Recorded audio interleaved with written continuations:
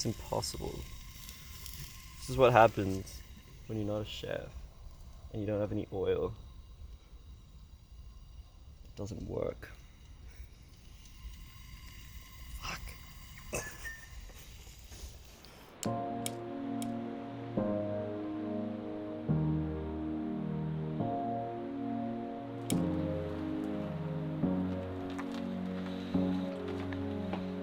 You're just gonna wait till the conditions get good. Yeah. There's no rush. Chilling. Yep. I'll see how I'm going. I'll be sorry to see you on it. Pretty tired.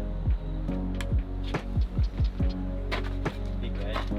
Yeah, I saw actually this is the new fingerboards have got a much more radius in here. This is a bit sharp.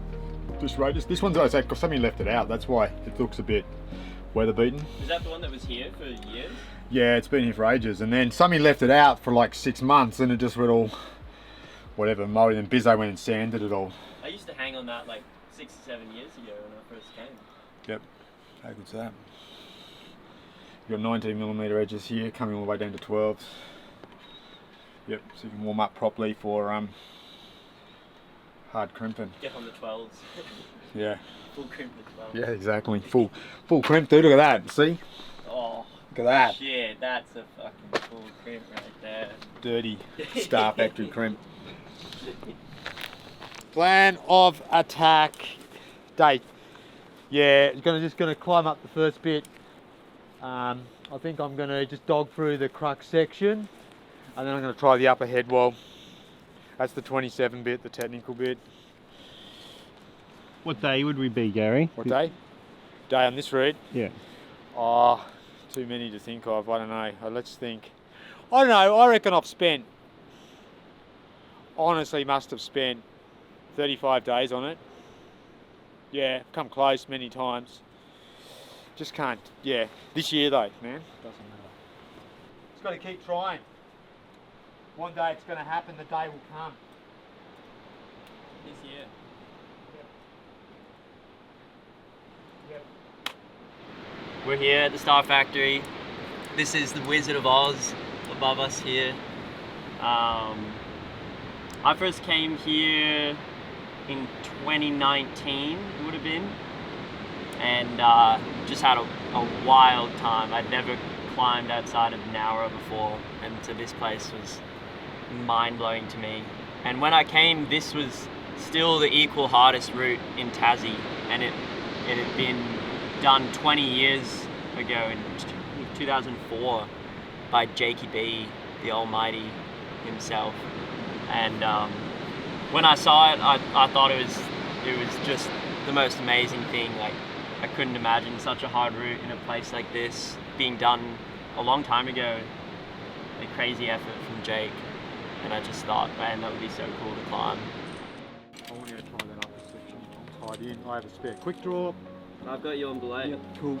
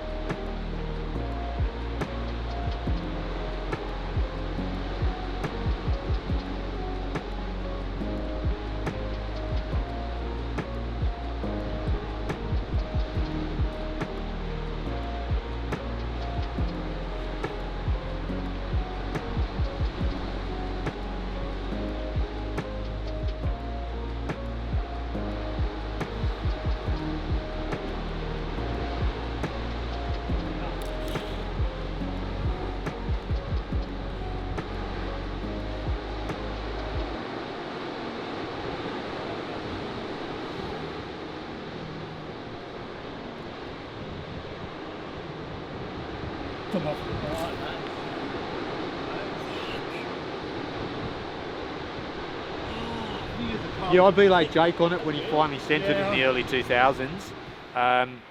Yeah, at that particular time, yeah, I tried it with him as well. Like, he asked me to confirm the grade and check the quality out. And again, it's one of the best routes, obviously, to do. There's not many of them, but that one's exceptionally good. So it became like a bit of an obsession to do this one. And getting a bit older now, but yeah, I feel it's still possible. And it's been really, really good to come here. And again, I've watched Ryan send it as well, and trying it with Mark as well, who sent it. It's yeah, good to watch their level of power and how they just, yeah, they try the route, because it is one of the best. Yeah. And then you're on the jug at the top. Starts off pretty easy through the archway, juggy underclings. Then first crux up this little corner, really tricky. Probably, well, maybe some of the hardest moves on the route. From here, we're in this like big brick side pull, and the first hard move is to go like really long, all the way up into this like weird side pull. I come in and I spock on these two ticks. I come back two on a little pocket, front two on a little pocket, and then you crimp all of it. And you do this really hard, you're really strung out. We call it the karate kick, to kick your foot out and hit this little spike here. And that gives you like enough opposition to match on the top. And it feels nails, like just that you're falling the whole time. And then you kind of get a little bit of like a, not a shake, but set yourself a little bit, and you come into this like disgusting, I spark again, I go back to front to razor blade and crimp it really hard to then drop me this spike and shoulder up into these Gastons up above. It's super hard. Margaret quality, but it's Star Factory, or shall I say, Freycinet quality. That's what I'm saying, this is the best pocket on the wall, look at that. That is like a proper, awesome like Freycinet pocket, but on granite. Insane, eh? But that's how sometimes these routes go, like the whole wall might have that stuff there. Totally natural and unbelievable. Where are the teethers? In Rodiar. I haven't seen anything like this anywhere else in the world that I've been to personally. Like, especially the flowstone stuff down the bottom end, it's like immaculate. Like, it's just been water, yeah, just completely water polished. And so you need a lot of, it's very technical rock to climb on. You need a lot of tension between your feet and your hands when you're holding on, and you just got to have belief when you're climbing some of this stuff. These bizarre sequences can actually even just work. You know what I mean? Like,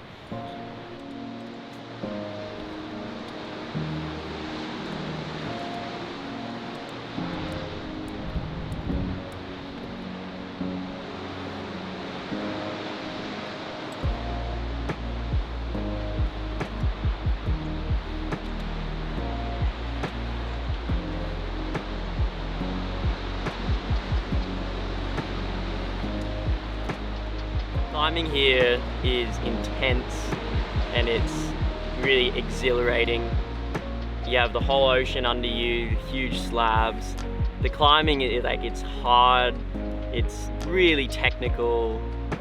You gotta have a lot of faith in yourself, a lot of faith in your feet, and be comfortable with not being able to do things straight away, but continuing to work on it and like having faith that it'll work out and that you'll find a way, and that you can climb these things. It is possible.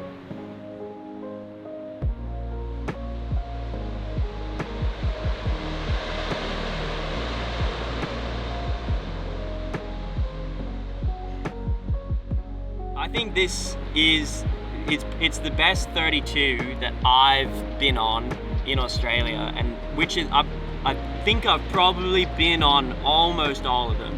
There's maybe a few that I haven't, but most of them I think I would have been on.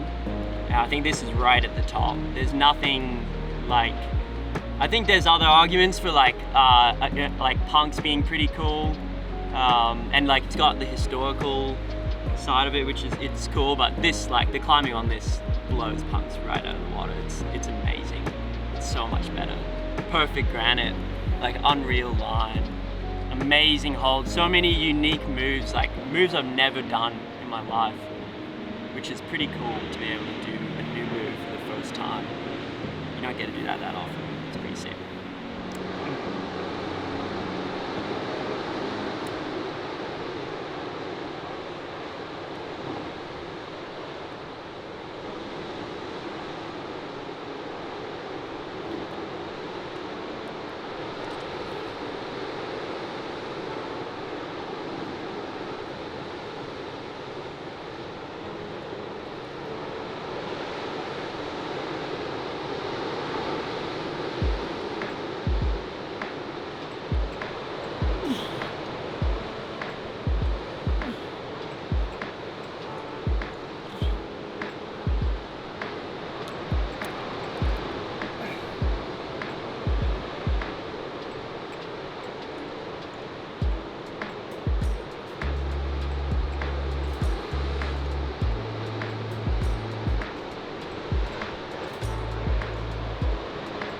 Second crux going straight across that traverse.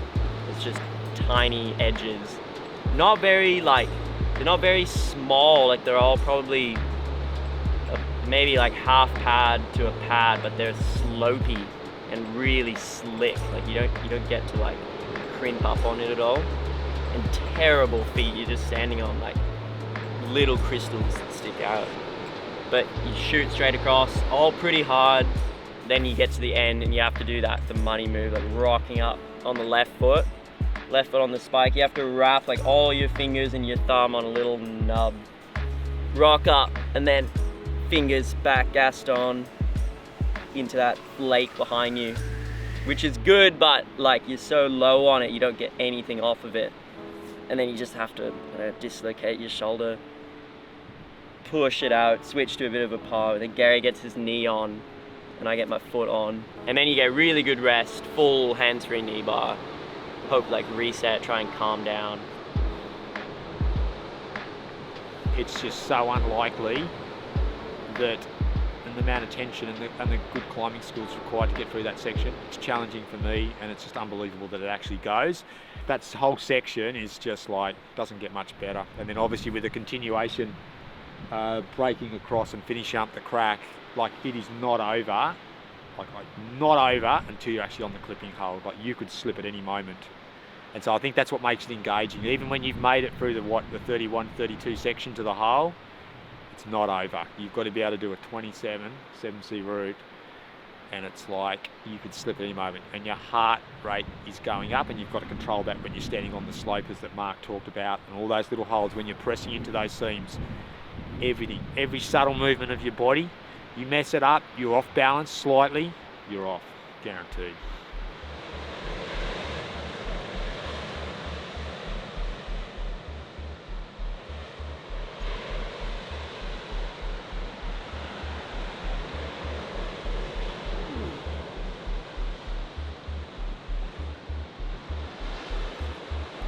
And then you have like the third final crux, like red point crux, just the worst kind of thing to do at the top of the route. Like so super balancy, terrible little holds. You have to mantle this big sloper shelf, and you just, all you're holding is one crystal. You get your thumb behind it and your fingers on it, and you have to like stand on this sloper that's just like it couldn't be facing a worse direction. It's exactly the wrong way, like perfectly 45 degrees from where you want it to be, and you have to like push on it, and it feels just like it's gonna shoot off the entire time. You come up into those little tiny crystals, match it, you're balancing on the rail, and it feels like your feet are already starting to slide down, like they're just gonna skate at any moment.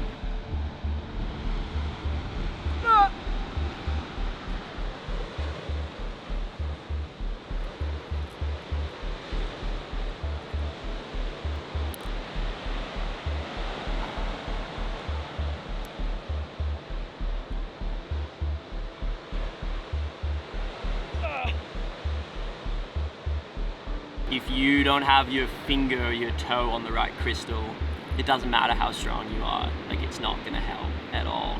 You'll fall for sure. Anyone would fall. And you gotta nail it. And so many sections. Like, it's not just like one bit. It's not like you have to nail the top of it or something. Like, for me, I have to like get every single thing right. It has to be perfect the whole way.